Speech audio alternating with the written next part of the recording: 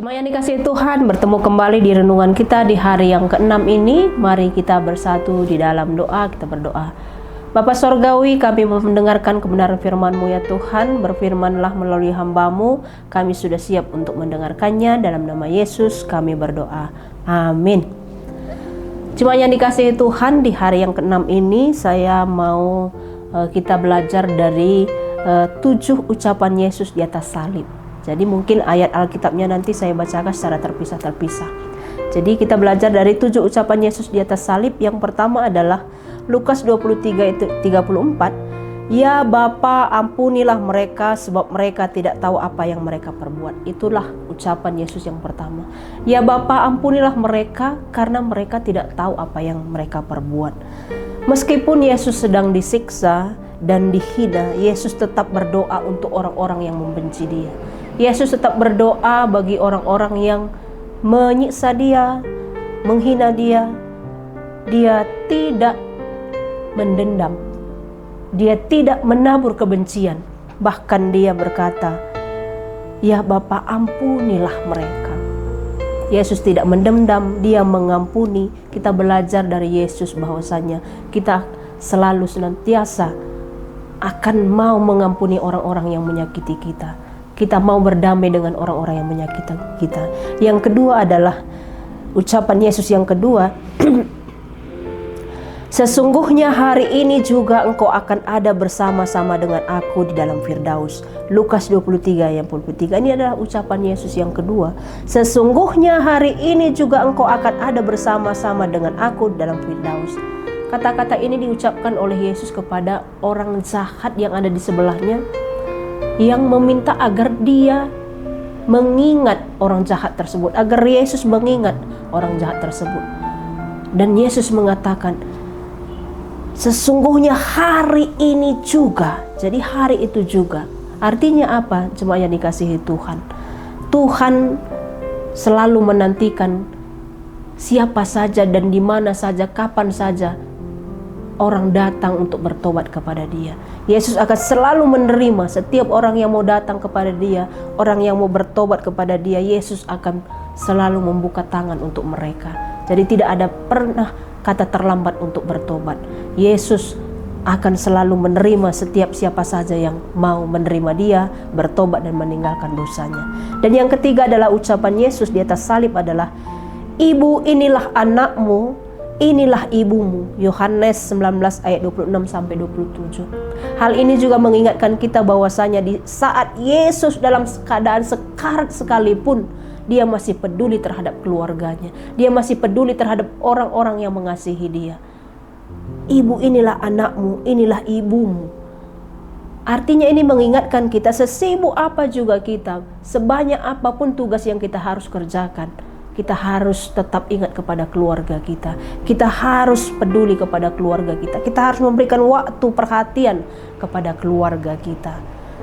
Dan yang selanjutnya adalah ucapan Yesus yang keempat adalah, Eloi, Eloi lama sabachthani. Allahku, Allahku, mengapa engkau meninggalkan aku? Matius 27 ayat 46. Yesus mengalami pemisahan dari Allah karena Dia menanggung seluruh dosa dunia. Karena Allah dan dosa tidak bisa bersatu. Dan di saat Yesus menanggung dosa itu, Yesus mengalami ditinggalkan supaya kita tidak mengalami ditinggalkan selamanya. Jadi Yesus merasakan hal yang sangat menyakitkan. Dia merasakan ditinggalkan oleh Allah karena Dia harus menanggung dosa kita. Karena Allah tidak dapat disatukan dari dosa. Allah tidak dapat disatukan bersama-sama dengan dosa. Jadi dari hal ini kita belajar bahwa Yesus dalam kemanusiaannya, Dia rela menanggung itu semua walaupun Dia merasakan sangat sakit luar biasa, seolah-olah Dia ditinggalkan oleh Tuhan. Kita juga sebagai orang Kristen harus tetap bertahan dalam suka maupun duka. Apapun yang kita hadapi, kita tetap bertahan karena kita percaya Tuhan akan senantiasa ada bersama dengan kita. Dan yang kelima adalah ucapan Yesus di atas salib, aku haus. Yohanes 19 ayat 28. Yesus mengakui kelemahan fisiknya. Dia benar-benar manusia yang merasakan lelah, haus, dahaga, sakit. Dia bukan Allah yang tahan banting, digambarkan sebagai dia sebagai manusia yang bisa juga merasakan sakit. Dia juga haus. Yesus mengakui kelemahannya sebagai manusia. Karena di saat Yesus hadir ke dunia, dia adalah Allah 100%, dia juga adalah manusia 100%, agar dia bisa menanggung dosa kita. Jadi Yesus mengakui kelemahannya. Kita juga sebagai manusia harus mengakui keterbatasan kita. Kita juga punya kekurangan, kelemahan, sehingga kita juga harus senantiasa mau memperbaiki hidup kita hari lepas hari. Dan yang keenam adalah sudah selesai. Yohanes 19 ayat 30. Ini mengatakan bahwa Yesus sudah menyelesaikan semuanya. Yesus sudah melakukan semuanya dengan baik. Kita tidak perlu lagi melakukan hal-hal yang lain untuk memberikan keselamatan kita. Keselamatan itu adalah anugerah. Keselamatan itu adalah pemberian secara cuma-cuma oleh Tuhan. Jadi kita selamat bukan karena perbuatan kita, tapi karena kasih karunia Tuhan.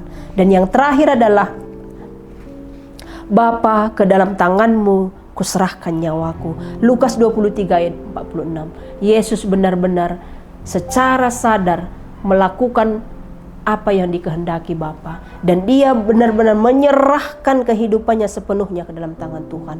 Dia mati bukan karena dipaksa, tapi dia benar-benar menyerahkan hidup dan matinya hanya kepada rancangan Tuhan saja. Begitu juga dengan kita semuanya.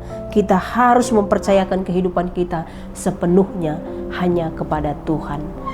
Amin. Kita bersatu dalam doa.